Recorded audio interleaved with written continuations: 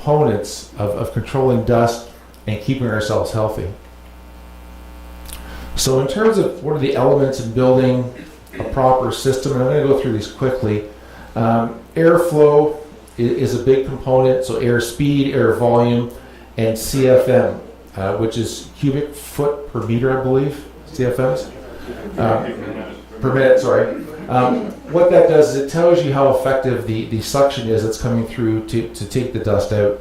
Suctioning is important. Resistance calculations, blower size. There's a blower fan table that allows you to calculate the distance and everything else. Ducting design is really important. You don't want any sharp 90-degree turns. You want everything to go as smooth as possible so that the air will flow all the way to the end. Filter basics. I mean, the types of filters, the life, the level. I mean, all of them up there are posted for a reason. And again, I urge, if you have any questions about this, billpens.com. I've noted it on the bottom there.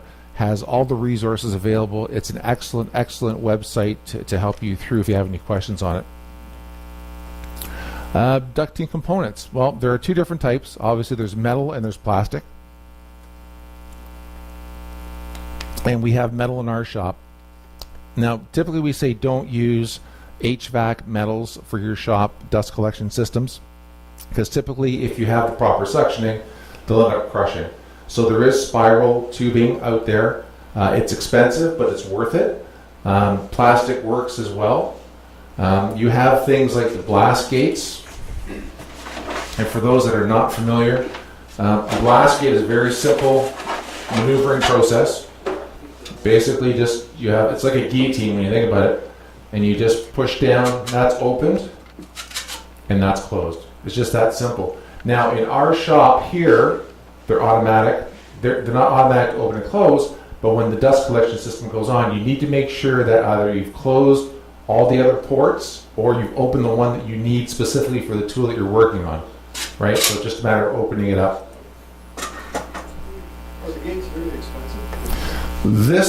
This metal gate will probably be about $25, I would think, depending on the size. And this is a 4-inch. I will have some for sale shortly because I have some extra ones. So come see me afterwards if you're looking for a deal.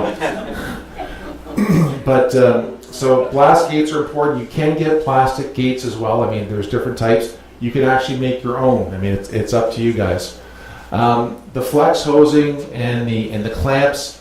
In our scenario, we've used some flex hosing from the main line, which goes into the tool. Again, you need to make sure that is clear. If you find that dust is not being collected by the system, one of two things is happening: that the flex hose is clogged or jammed, or the blast gate's not open. So you need to make sure that when you're using our system, that everything is either closed with the one gate open or it's free and clear. I think in some cases I've seen the jointer where it's been used and it clogs up so much that nothing is being suctioned into the DC. So we need to make sure that that's being done. If you're looking at your own shop, you've got Y fittings, elbows, again, homemade fittings and transitions. You want to try and make sure that transition is smooth and that you're not stopping the airflow in any way. That's the biggest thing about these dust collection systems. Try not to stop or limit the airflow.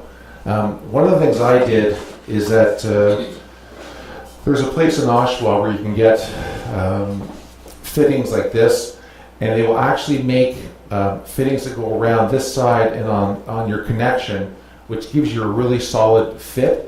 And then you just wrap with some tape, flex tape, which I forgot to bring with me, not duct tape. Duct tape is not the way to go on these things. It's aluminum foil tape. That's what you want to be using. But again, you want the gradual bend on here so that the air flows and nothing is restricting as it's coming out. This is an example that when I bought my system, I bought the parts.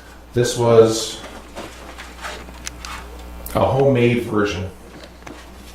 And again, it works for me. I mean, it's not the best, but it for what I needed it for. Wait, can you get that? You can see that this has been used. The material in here needs to get redone. It's just not straight enough or not clean enough. But it's just a homemade transition that allows the air to flow through. So you can make your own. It's not imperative that you buy everything brand new from a retailer or manufacturer. And we talk about layout design. A couple of things that Bill pointed out on his website, which I thought were great points. You want to make sure that you're covering off fire safety. One of the big things that's talked about is static electricity that builds up in your system. So you need to make sure that you're grounding your system, whether you're using metal or you're using plastic, to make sure that you don't get a discharge and a surprise one day. Piping size is important. The larger the diameter, the main body, the better. That allows more air to come through. Ducting resistance, as I mentioned, reductions, the material, the cost, and the connectors, and the connections. You may want to hang it from the ceiling, depending on the height in your shop, or you may want to put it underneath your floor if you have the ability, if you're building your own shop. So again, key components and considering how you want it to work. In our system, and I'm going to keep going back to our system here now, we have a system where the main line is cut across the whole back end there, and it shoots off to each one of the machines. So we have the facility to make sure that is covered off. Here's an example of some layouts, or a layout. You can see in this one, the red is the main line where it comes off. You have nice straight lines going through. Typically you're sitting at about a 45 or a 22.5 angle coming off to each of one of the machines. But again, each machine has its own connector, similar to what we have back here.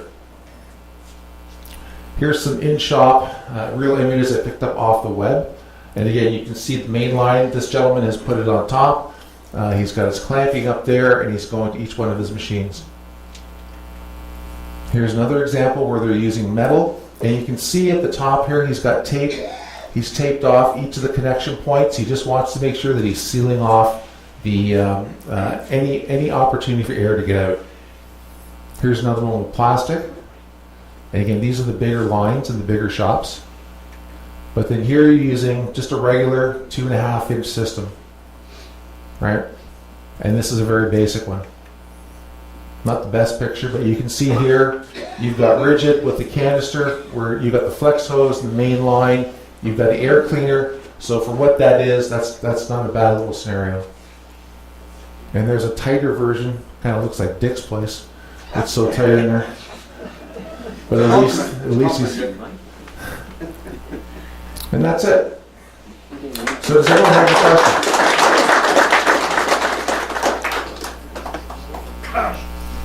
Again, when you're using our shop and you've got the dust collection system in the back, when the equipment goes on, the relay goes off to the dust collection system, to the motor, and the motor goes. Wait until the motor is running before you start to cut your wood or you start to do whatever you're working on. It's imperative. You have to let that motor rev up and get up to speed, and then you can start to cut, and it'll flow through. That grounding wire you talked about, does it run through the center of the pipe? Typically, you can do it on the outside and wrap the outside, or you can run it through the inside, and it'll run right through. Yeah. If you're running all metal and you have a duct or so your air cleaner, is it not grounded at the motor? I mean, I can understand if it was ABS, which builds up static charge, it'd be hard to ground. It still does. Believe it or not, I was kind of surprised when I read it as well. Yeah.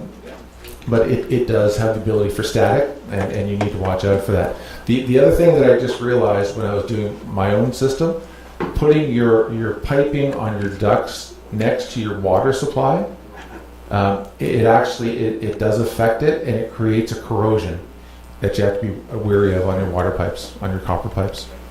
You're saying we're putting static line inside the tube.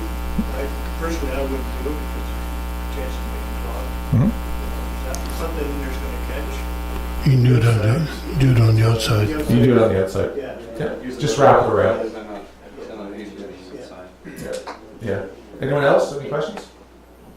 Great. Thanks, guys.